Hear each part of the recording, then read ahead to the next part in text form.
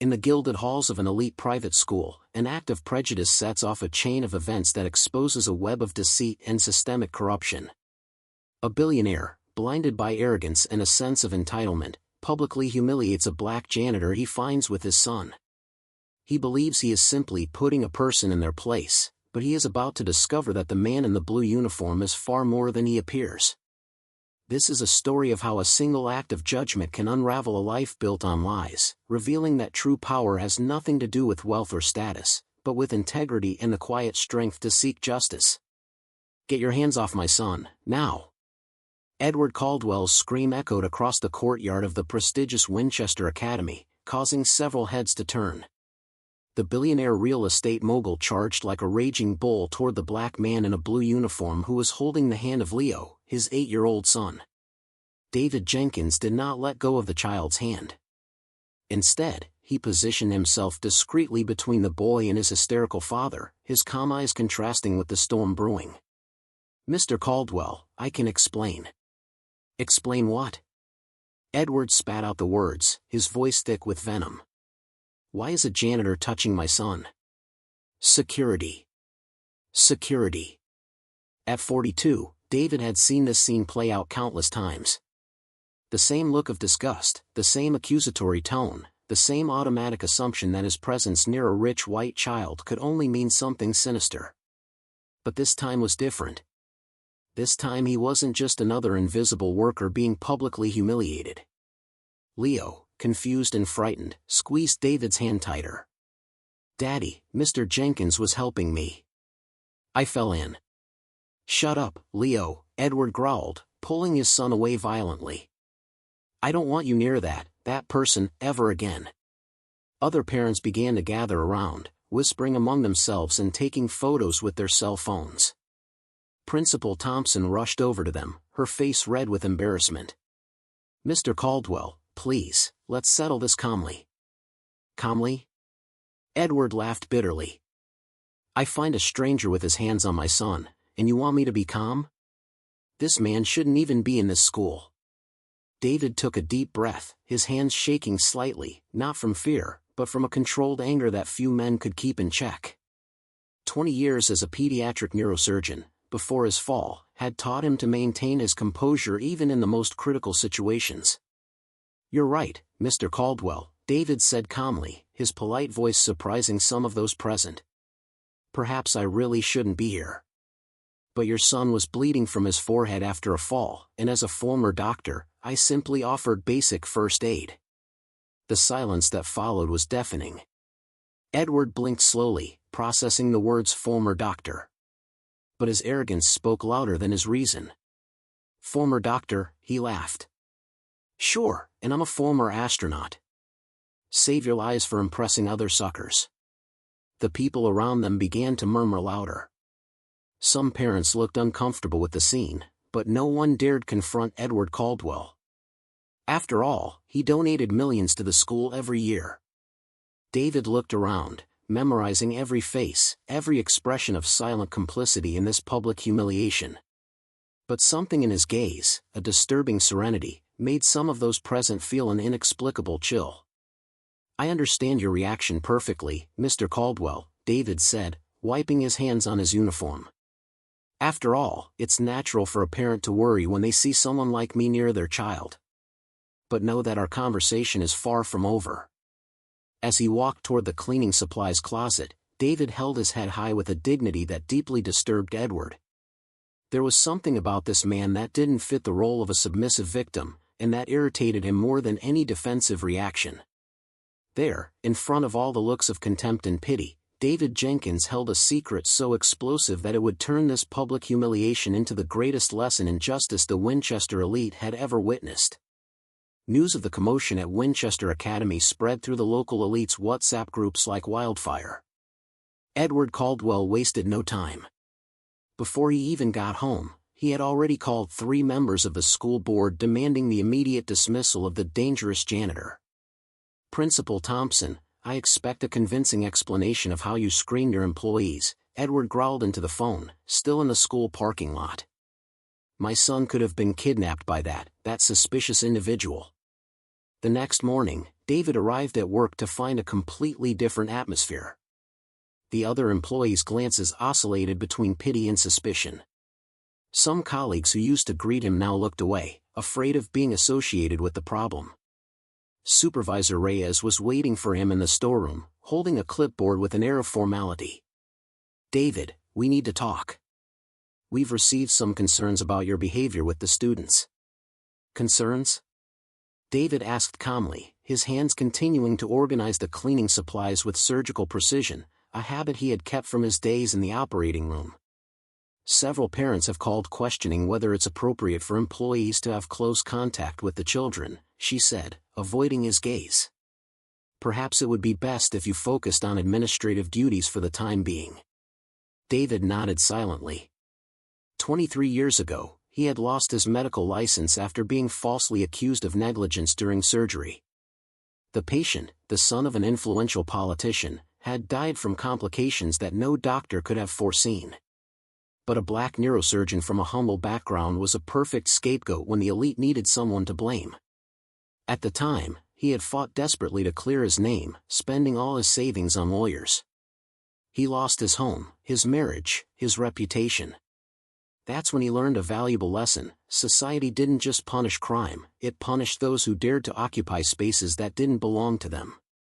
But this time it would be different. This time he was no longer the naive young doctor who believed that competence and character were enough to overcome prejudice. Edward, meanwhile, savored his victory.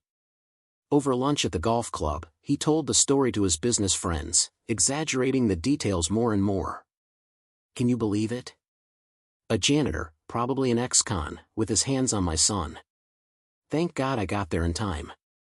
"You did the right thing, Edward," agreed Franklin, his business partner. "Those types need to know their place." What Edward didn't know was that David had started his own investigation.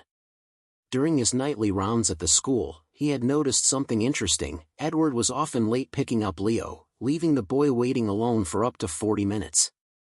On several occasions, David had seen Leo crying silently in the empty playground. Even more intriguing were the phone calls Edward took in front of the school. David, with his surgeon's trained ear, could pick up disturbing fragments. "The fake documents are ready. The audit can't find out. If anyone talks, you know what to do." 3 days after the incident, David received a subpoena to testify at the police station. Edward had filed a police report alleging suspicious and inappropriate behavior with a minor. David's photo ended up in neighborhood groups accompanied by warnings about a predator on the loose in the area. At the police station, Chief Rodriguez, clearly embarrassed by the situation, conducted a routine interrogation. "Mr. Jenkins, you understand that we need to investigate any allegations involving children, don't you?" "Perfectly, officer," David replied with the same calm he displayed when explaining complex procedures to patients' families. "In fact, I'd like to take this opportunity to inform you that I have some concerns of my own about the well-being of the child in question." The officer raised his eyebrows. "What do you mean?" David pulled a small notebook from his pocket, another medical habit he had never abandoned. "Leo Caldwell has shown consistent signs of emotional neglect and possible psychological abuse, anxiety attacks, social isolation, excessive fear of his father's reaction." The technical precision and medical vocabulary intrigued the deputy. This was not the typical profile of a janitor. Meanwhile, Edward celebrated at home, telling his wife, Victoria, how he had solved the school problem. "That man will learn to mind his own business," he said, pouring himself a $500 scotch. Victoria, however, looked concerned. "Edward, are you sure you're not overreacting?" Leo said the man just helped him. "Leo is a child, Victoria. He doesn't understand the dangers of the world. I'm protecting our son from a potential predator." What neither of them knew was that David had discreetly installed a recording app on his phone before each interaction at the school. 23 years of injustice had taught him that in a world where his word was worth less than his appearance, documented evidence was his only defense.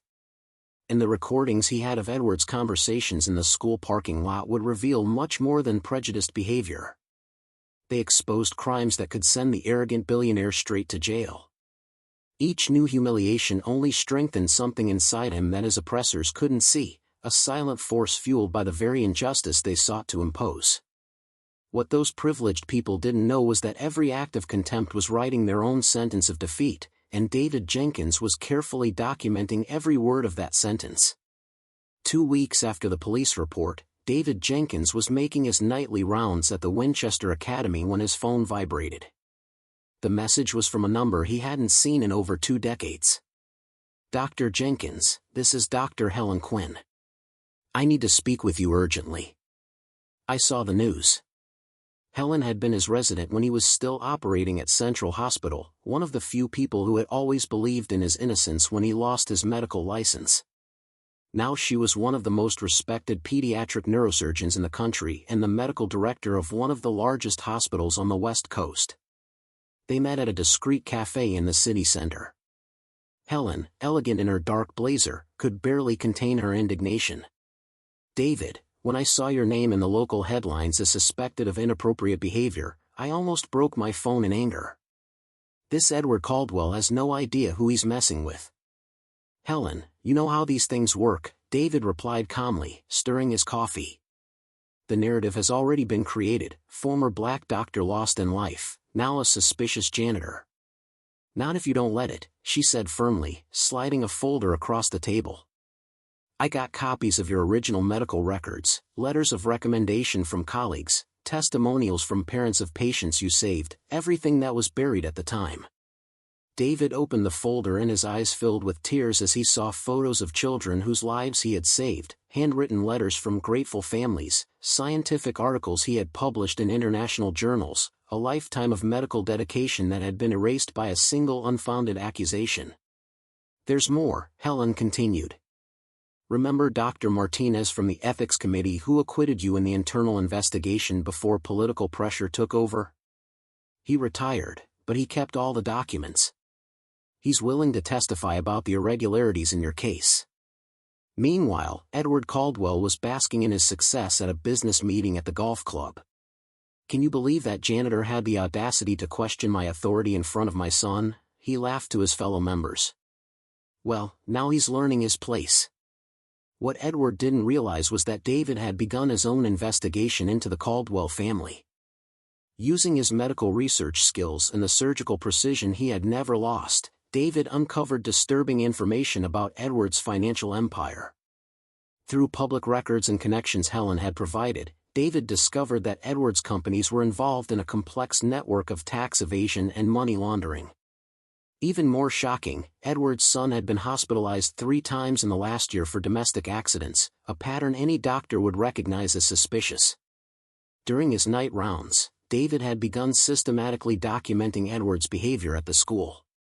With a small digital recorder hidden in his uniform, he recorded every phone call the billionaire made in the parking lot, every disrespectful comment directed at employees, every moment of neglect toward his own son. The recordings revealed a man completely different from the public image Edward cultivated. "If those auditors find out about the Cayman Islands accounts, we're screwed," he whispered into the phone. "And that lawyer at work who's investigating the factory conditions, she needs to be silenced before she causes any trouble." 3 days later, David received an unexpected visitor at his home. Leo Caldwell stood at his door alone, his eyes red from crying. "Mr. Jenkins, my dad says you're a bad person, but you've always been nice to me. He hurts me when he's angry." David's heart broke. His medical experience confirmed what he suspected. The marks on Leo's arm, the fear in the child's eyes, the frequent accidents. "Leo, can you tell me what happens at home?" The child revealed a terrible pattern of emotional and physical abuse.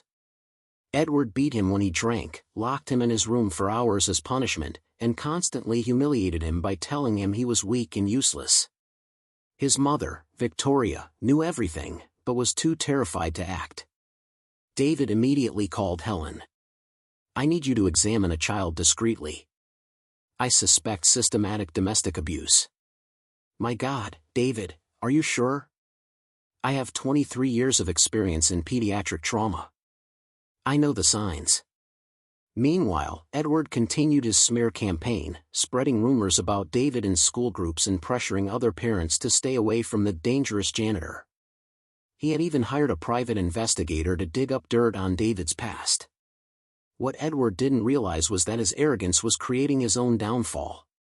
Every threat, every public humiliation, every act of prejudice was being meticulously documented by someone whose patience and precision had been forged in operating rooms where lives depended on every calculated move.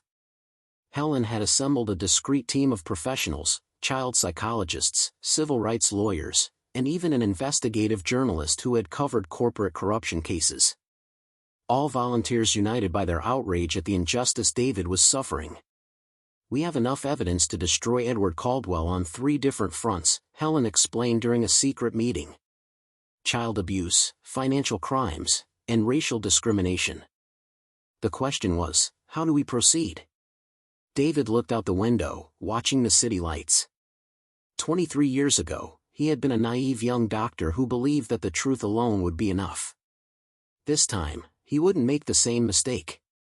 "We want more than justice," David said calmly. "We want to make sure he can never hurt anyone again." At the Winchester Academy, Edward continued his arrogant routine, unaware that his every move was being watched and documented by someone who had learned that sometimes the only way to beat a corrupt system is to use its own rules against it. But the billionaire had no idea that this simple janitor was about to teach him a lesson about real power, the power of someone who has nothing left to lose but everything to prove. Winchester Academy had never seen a press conference like this before. 24 hours earlier, David Jenkins was just a janitor under investigation. Now he was sitting at an elegant table alongside Dr. Helen Quinn, renowned investigative journalist Michael Ruiz, and a stack of documents that would make any prosecutor salivate. Edward Caldwell arrived at the school parking lot at exactly 9 in the morning, as usual, talking loudly on the phone about his minor problems with a troublesome employee. His arrogance evaporated the second he saw the television cameras and reporters gathered at the entrance. "Mr. Caldwell," shouted a reporter. "Is it true that your company has evaded more than $15 million in taxes over the last 3 years?" Edward's face drained of color. He tried to retreat to his car, but other journalists had already surrounded him like sharks sensing blood. "Mr. Caldwell, how do you respond to the allegations of child abuse against your own son?" asked another reporter, shoving a microphone in his face. Inside the school, David watched through the window with the same surgical calm he displayed when operating on brain tumors. Helen stood beside him, holding a folder containing the X-rays she had discreetly taken of Leo, irrefutable evidence of multiple fractures in various stages of healing. "Phase 1 complete," David murmured. "The world now knows who Edward Caldwell really is." But the true genius of the plan was just beginning. As Edward stammered out denials to the reporters, his phone rang. It was his accountant in a panic. "Edward, the IRS is here with a warrant. They have recordings of you talking about the Cayman Island accounts." "How did they get that?" Edward felt his legs go weak. The recordings. Those conversations he had been sure were private in the school parking lot. Suddenly, a terrible memory surfaced, the janitor always cleaning nearby when he made his most compromising calls. "That son of a," Edward whispered, the realization hitting him like a punch in the stomach. Michael Ruiz, the investigative journalist Helen had recruited, approached with a smug smile. "Mr. Caldwell, I have here a flash drive with 47 recordings of you discussing tax evasion, bribing auditors, and threatening witnesses. Would you like to comment?" David's strategy was devastatingly simple and absolutely legal. For months, he had recorded Edward talking on the phone on public property, the school parking lot. As a former doctor, he knew the laws about privacy and evidence inside out. Every recording had been obtained within legal limits. "This is a setup," Edward shouted, sweat pouring down his forehead. "You can't use those recordings." "Actually, we can," said the civil rights lawyer Helen had brought with her calmly. "Conversations in public spaces have no expectation of privacy. And considering that his own words reveal crimes against the welfare of a child, it is our moral duty to expose them." At that moment, Victoria Caldwell arrived with Leo. The child ran straight to David, completely ignoring his father, who was being publicly torn apart just feet away. "Mr. Jenkins!" Leo cried, hugging the legs of the man who had finally freed him from his domestic hell. "Dr. Helen said I don't have to be afraid anymore." The cameras captured everything, the child's natural trust in the suspicious janitor versus the visceral fear he showed in the presence of his own billionaire father. Victoria, with tears in her eyes, approached the reporters. I knew what was going on at home," she said, her voice trembling. "But I was too afraid to speak up. This man," she pointed to David, "saved my son, while my husband accused him of being dangerous. He was the only person who really cared about Leo's well-being." The crowd of parents from the school, who just weeks earlier had whispered about the troublesome janitor, now watched in shock as the truth unfolded like a horror movie. Edward tried one last desperate gambit. "You believe the word of a janitor over mine? I built an empire. He's nothing but a—" "Dr. David Jenkins," Helen interrupted, her voice cutting through the air like a scalpel. "Pediatric neurosurgeon, magna cum laude from Harvard Medical School. Author of 17 scientific articles on childhood brain trauma. The man who saved the lives of over 200 children before being falsely accused and losing his medical license due to political pressure." The silence that followed was deafening. Edward blinked repeatedly as if unable to process the information. 23 years ago, David said calmly, walking toward the cameras. "I learned that society doesn't just punish crime. It punishes those who dare to occupy spaces that supposedly don't belong to them. Today, I'm teaching a different lesson. True strength doesn't come from money or power, but from the patience of those who know how to wait for the right moment for justice to be served." At that moment, Edward's phone rang again. It was his partner, Franklin. "Edward, in total despair, clients are canceling contracts. The board wants you to resign immediately. The stock is down 80%. Edward collapsed to the floor, literally. His legs could no longer support the weight of the total ruin that was collapsing on him. In less than 2 hours, he had lost his company, his family, his freedom, and any shred of dignity. David crouched down beside him, whispering low enough that only Edward could hear. "Next time you judge someone by their appearance, remember that sometimes the janitor can be the smartest man in the room." As Edward was taken away in an ambulance, he had apparently suffered a panic attack, and later in a police car, David remained in the schoolyard, surrounded by cameras, holding Leo's hand. But the story was far from over. Because while everyone witnessed the spectacular fall of an arrogant billionaire, one question hung in the air: what happens when a brilliant man, wronged by the system, finally decides to use all his knowledge and patience not just to get revenge, but to completely transform the society that rejected him? 6 months later, Winchester Academy was a completely different place. The Caldwell scandal had become a national case study taught in law schools as a perfect example of how systematic prejudice could be legally dismantled by its own victims. David Jenkins was no longer pushing a cleaning cart through the hallways. He occupied the office that had once belonged to Principal Thompson, who was fired after the investigation revealed that she had ignored multiple reports of Edward's abusive behavior. The new title on his door read, "Dr. David Jenkins, Director of Child Protection and Academic Development." The irony was delicious. The man who had been deemed too dangerous to be around children now oversaw the well-being of all of them at the most prestigious school in town. Edward Caldwell, on the other hand, discovered that gravity really does exist. His company had gone completely bankrupt. Clients fled like rats from a sinking ship as soon as the recordings were released. His bank accounts were frozen by the IRS. His mansion was auctioned off to pay debts. Worst of all, he was serving a 5-year sentence for tax evasion, tax fraud, and child abuse. In federal prison, Edward discovered a bitter reality. Inside, it didn't matter how many zeros you had in your bank account. His arrogance and prejudice made him a perfect target for other inmates who didn't tolerate men who abused children. Ironic, isn't it? Helen remarked during a visit to David's new office.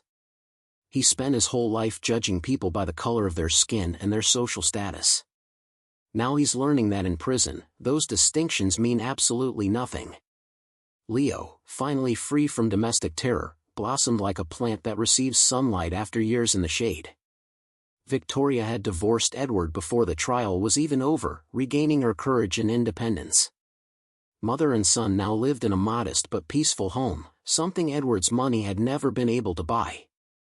Most touching of all was seeing Leo running down the school hallways, shouting excitedly, "Dr. Jenkins!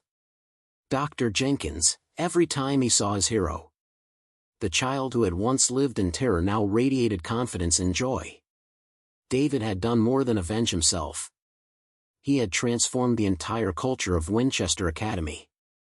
He implemented diversity programs, strict anti-discrimination protocols, and, most importantly, created an environment where children from all backgrounds felt safe to report any kind of abuse.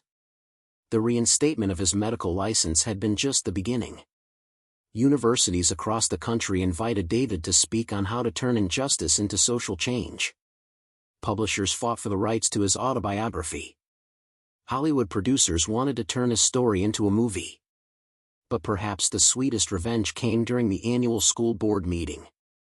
The same parents who had once whispered about the dangerous janitor now competed to greet Dr. Jenkins and take selfies with him. "It's amazing how quickly people change their minds," Helen commented sarcastically, observing the blatant hypocrisy of the wealthy parents. David smiled with the serenity that had so bothered Edward on the first day. "They haven't changed their opinion of who I am. They've just discovered who I've always been." Eleanor Vance, the prejudiced socialite who had started the campaign against David, now avoided social events.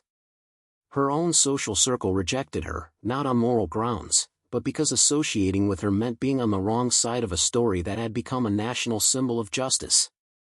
Winchester Academy became a model for other institutions. Delegations from private schools visited regularly to learn about the Jenkins protocols, a set of guidelines David had developed to prevent discrimination and protect employees at all levels. One afternoon, while reviewing reports in his office, David received an unexpected letter. It was from Edward, written from prison on cheap paper and shaky handwriting. "Dr. Jenkins," the letter began. And David noticed that Edward had finally used his correct title.